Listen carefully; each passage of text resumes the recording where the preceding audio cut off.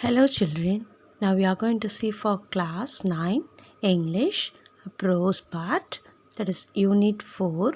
The topic is 17 oranges book back answers part 1. Roman letter A. From your reading of the text, choose the correct answers from the options given below. The first one, the narrator was very fond of dash. The options are A. Reading detective stories, B. Driving a pony and a cat, C. Eating oranges, D. Munching away at something. The answer is C. Eating oranges. Second one, the narrator was searched by the policeman because dash. The options are A. The oranges could be smelt.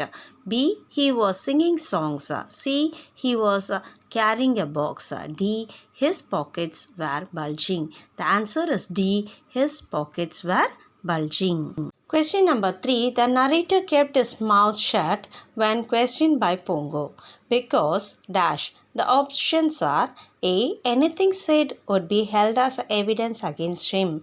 B. The oranges would fall out. C. He did not steal the oranges. D. He was scared of Pongo. The answer is A. Anything said would be held as evidence against him. Fourth one, the voice in the narrator's head advised him to dash. The options are A. Confess the truth to Pongo. B. Eat all the oranges. C. Deny his guilt. D. Hide all the oranges. The answer is B. Eat all the oranges. Fifth one, the Pongo found no trace of the oranges on the table because dash. The options are A.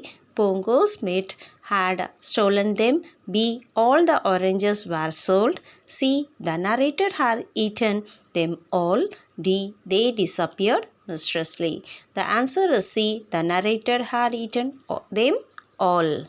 Roman letter B. Answer the following questions briefly in 1 or 2 sentences. The first one, why did the narrator call Clem Jones a careful planner? Answer, the Clem Jones planned the theft carefully and executed it well.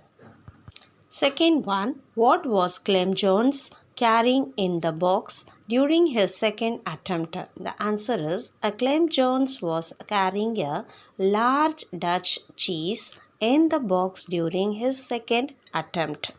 Question number 3. Why did the policeman suspect the narrator? Answer, the policeman caught the narrator red-handed because the string of the narrator's apron broke and the cop noticed that the narrator's pockets were bulging. Question number 4. What did Pongo consider as evidence against the narrator? Answer, the policeman considered the 17 oranges as evidence against the narrator. Question number 5. How did the narrator feel when he was alone in Pongo's cabin?